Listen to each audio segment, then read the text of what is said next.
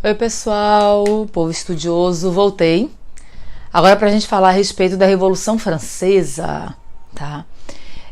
A Revolução Francesa, ela só consegue ser compreendida se vocês tiverem um olhar mais holístico, mais amplo, né?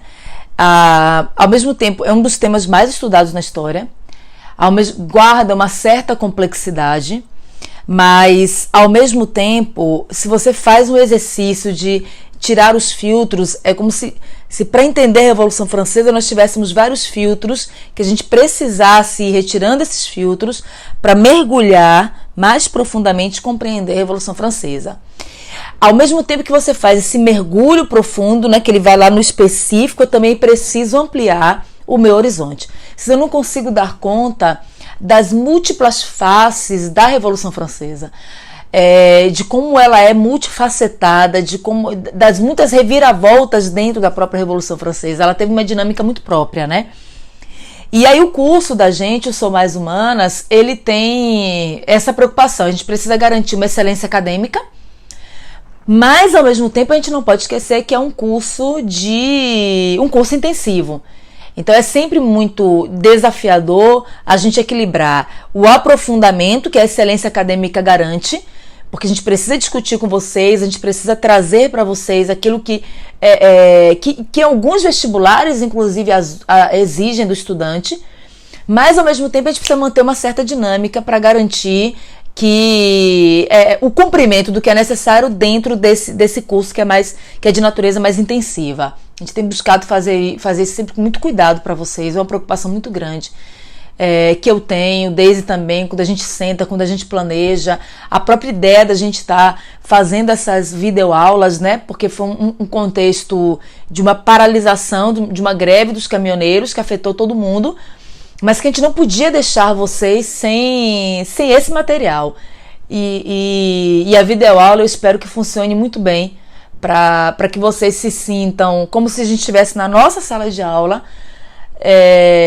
com o mesmo zelo e o mesmo cuidado de discutir, de aprofundar, de trazer um material que é de qualidade para vocês. Tá? Eu espero que esteja dando certo. E para entender a Revolução Francesa, quando eu falo desse contexto histórico, aquela imagem, ela diz muito bem a respeito de alguns aspectos da Revolução Francesa, né? Como a desigualdade social, a questão dos 3 estados, né? De ser uma sociedade estamental, onde tinha o primeiro estado, que era o clero, o segundo estado, que é a nobreza, o terceiro estado, que é todo mundo que não é clero, que não é nobreza, né? Burguesia e os demais fazendo parte do terceiro estado. Então isso essa organização social nos ajuda a entender as desigualdades sociais, né, e algumas das queixas que o terceiro estado vai ter em relação à política francesa. Segundo, gente, para entender a Revolução Francesa, a gente tem que lembrar que a gente está falando de um estado absolutista, de uma monarquia absolutista, de uma nobreza parasitária, de um clero acostumado a intervir em questões políticas, né, de um clero que, inclusive, do rei.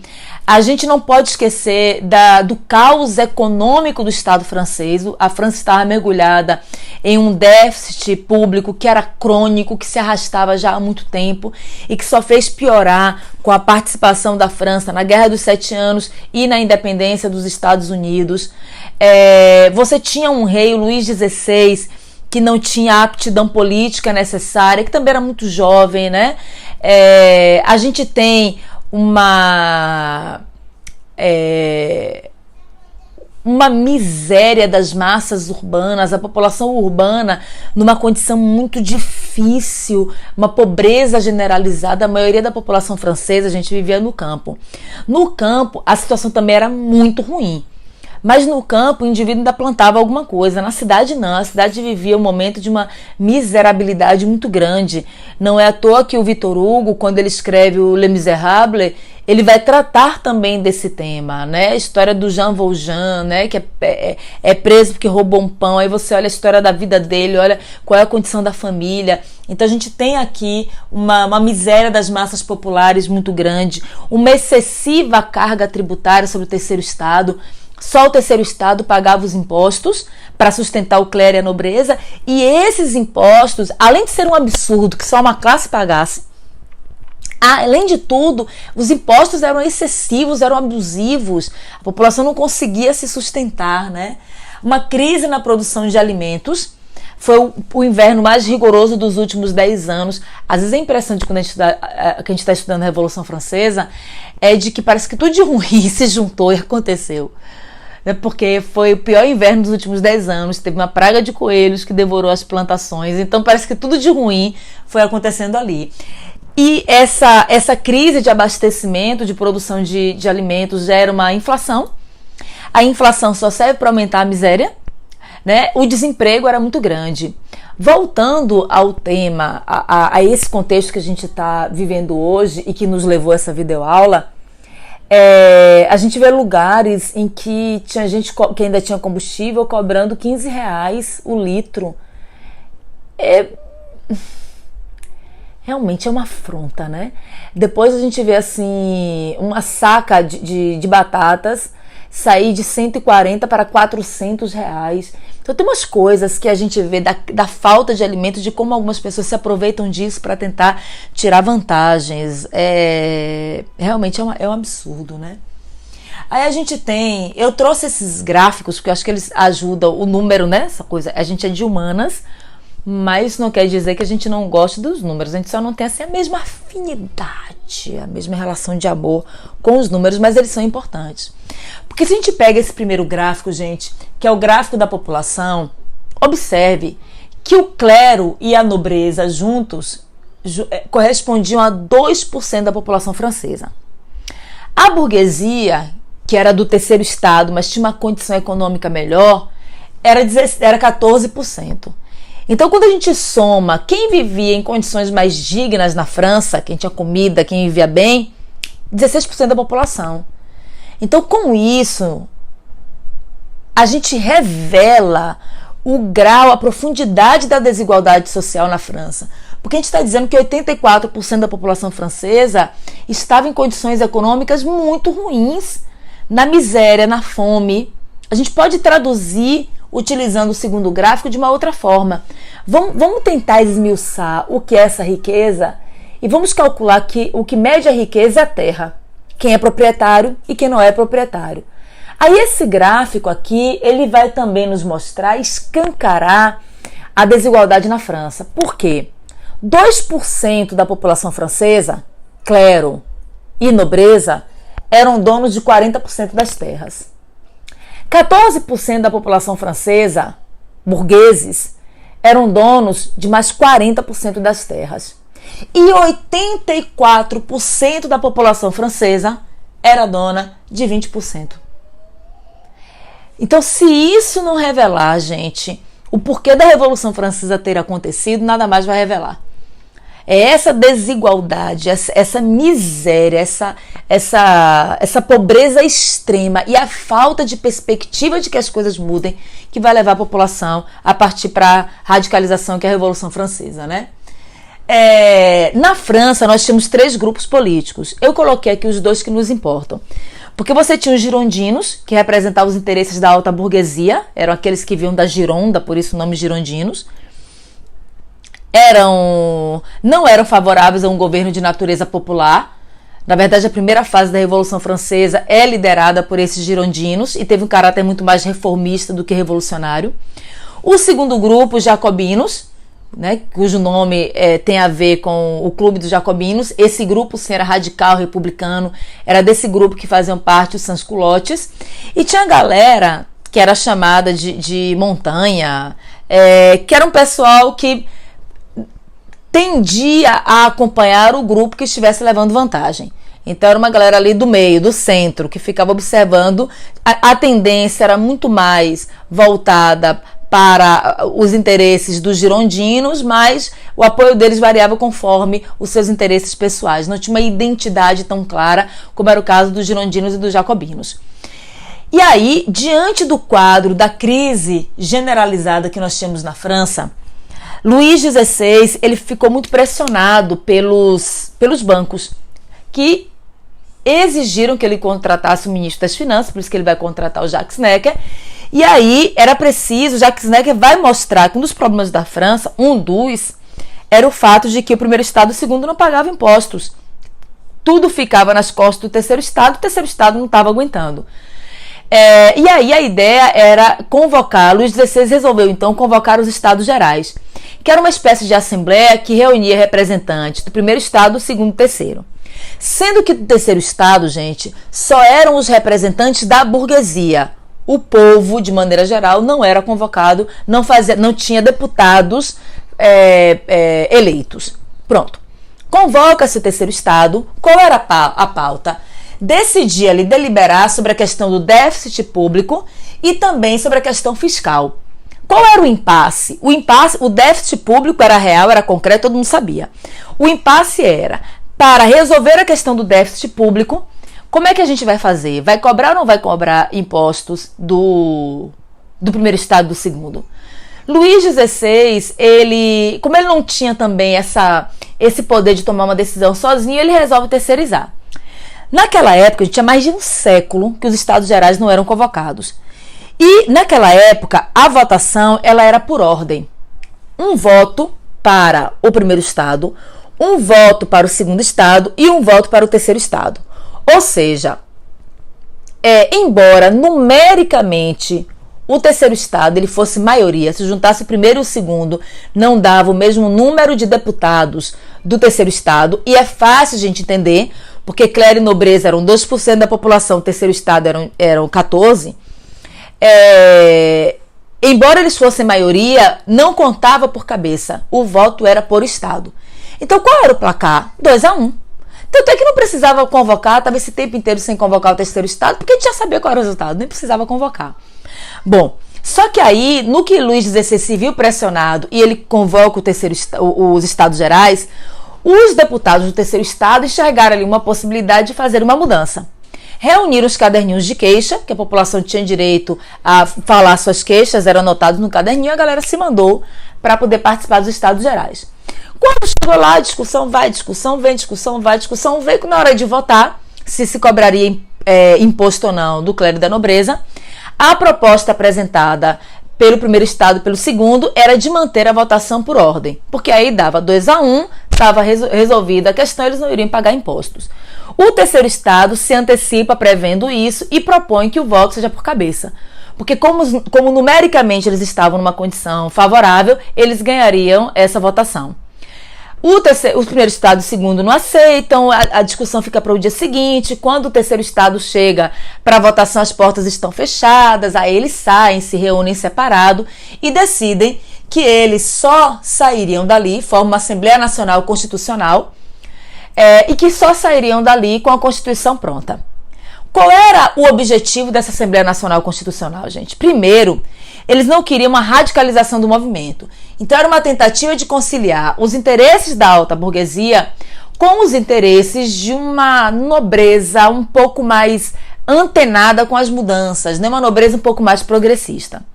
Reunidos então nessa Assembleia Nacional Constituinte, eles estabeleceram alguns objetivos. Por exemplo, o de limitar o poder do rei, excluir as massas populares da participação política e instaurar um Estado de acordo com os seus princípios, que eram os princípios do liberalismo, ou seja, acabar com o absolutismo e acabar com o mercantilismo também. Nesse momento, as principais medidas que foram tomadas foram todas medidas que beneficiavam a alta burguesia. Por exemplo, eles vão acabar com os privilégios feudais. Só que para evitar muito transtorno, muita conversa, né, muita queixa por parte do clero e da nobreza, eles disseram assim, olha, a gente vai acabar com esses privilégios, entretanto vocês vão ser indenizados. Agora adivinha quem teve que pagar a conta pela indenização? O povo, porque não saiu do bolso da burguesia. Extinção da servidão, porque século XVIII nem cabia mais servidão. Declaração dos direitos do homem e do cidadão, é uma declaração realmente do homem e do cidadão, excluir as mulheres, né? Mas já é um avanço de qualquer forma, porque vai estabelecer o direito à liberdade, o direito à propriedade privada, o princípio de que todo mundo é inocente até que se prove o contrário, enfim. Nacionalizaram os bens do clero, porque para combater o absolutismo era preciso também limitar o poder da igreja. Elaboraram uma Constituição Civil do clero que submetia esse clero ao Estado francês, então tira a autonomia do clero, né? E em 1791, finalmente, a Constituição ela foi promulgada. Essa Constituição ela estabelecia que a França se tornaria uma monarquia constitucional, o poder do rei estaria limitado, o voto seria censitário, criou-se uma Assembleia Legislativa. O Legislativo teria, inclusive, um poder superior ao poder do Executivo. Mas o rei continuava sendo o rei, né?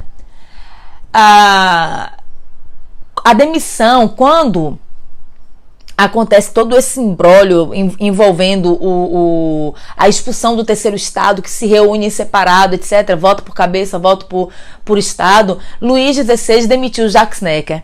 E a demissão do Jacques Necker pegou muito mal, porque o Jacques Necker, de certa forma, era o primeiro que tinha sinalizado a exploração do povo e tinha apontado que era preciso que se desonerasse um pouco o povo e que se cobrasse impostos também do clero e da nobreza.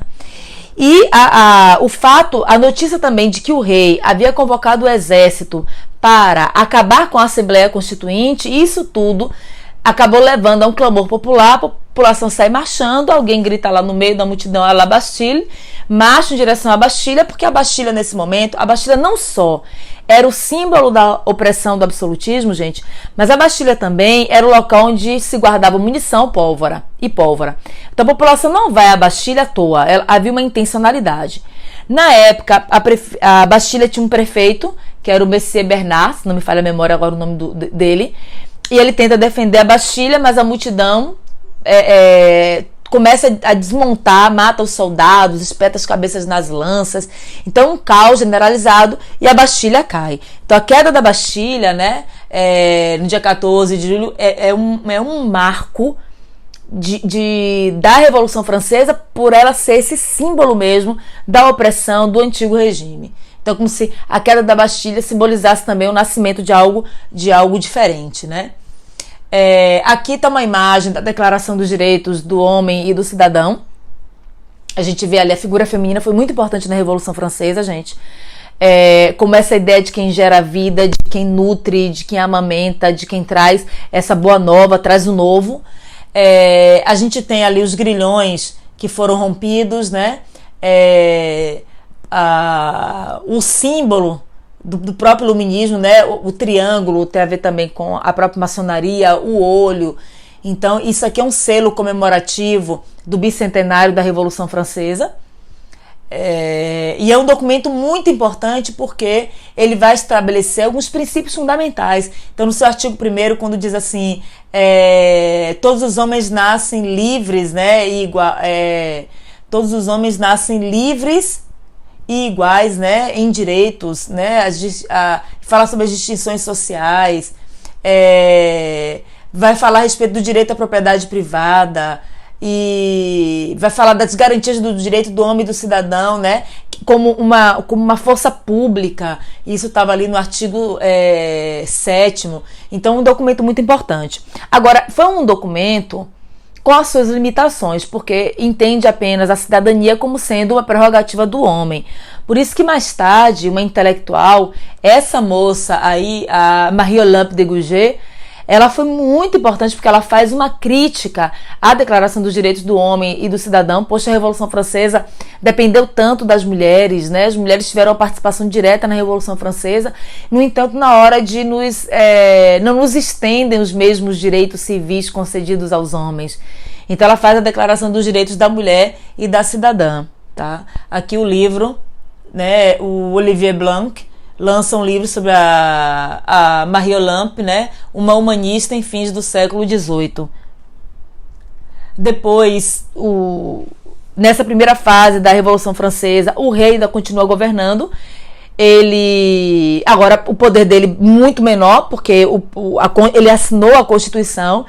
Agora Luís XVI assina a Constituição, Luís XVI casado com Maria Antonieta, com 2 filhos, eles tiveram 3 filhos, mas um faleceu, ele só tinha 2 filhos nessa época, que era Maria Teresa e o Delfim, que era o menino que herdaria o trono.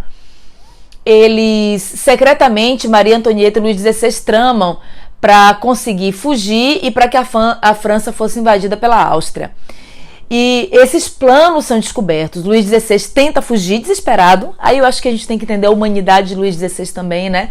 Aquela condição, a violência, que as ruas de Paris passam a vivenciar.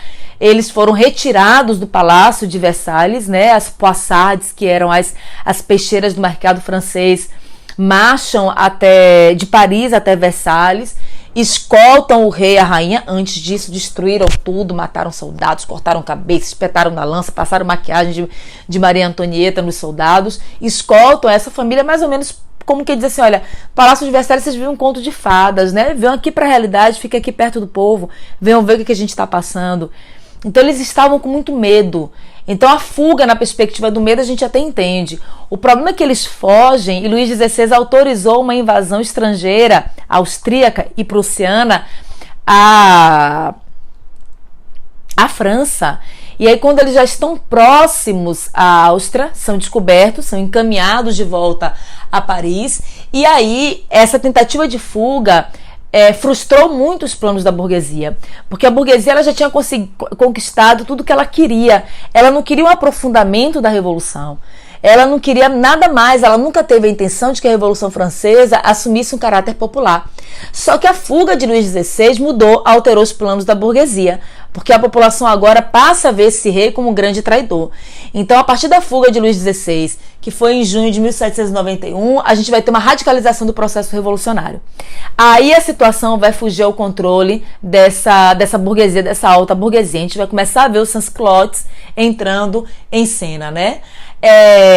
Há uma união do povo francês. Danton foi muito importante na hora de mobilizar o povo francês para barrar essa aliança externa, que era a França, a Áustria e a Prússia contra a França, e os franceses conseguem barrar essa aliança externa, né? A gente entra então na segunda fase da Revolução Francesa, que é da Convenção Nacional, que é um período que vai de 1792 até 1795. Nessa fase, gente, a população ela já queria ter visto os resultados da Revolução Francesa. Então a Revolução Francesa é de 1789, a gente está em 1792, e o que de concreto foi feito pelo povo? Nada. A burguesia se beneficia, mas o povo não. Então essa fase da Convenção Nacional, ela é uma fase marcada por um aumento das pressões populares, que vão levar à radicalização do processo, né? Nesse momento, uma nova Assembleia ela é eleita através do sufrágio universal. 749 deputados passaram a compor essa Assembleia. E aí decidiram então que a França não seria mais uma monarquia. Luís XVI foi julgado, Luís XVI vai ser condenado à morte e a França deixa de ser uma monarquia constitucional para se transformar em uma república. Nesse primeiro momento, a primeira fase da República Francesa, ela ainda é governada pelos girondinos, ainda não é a fase dos jacobinos no poder.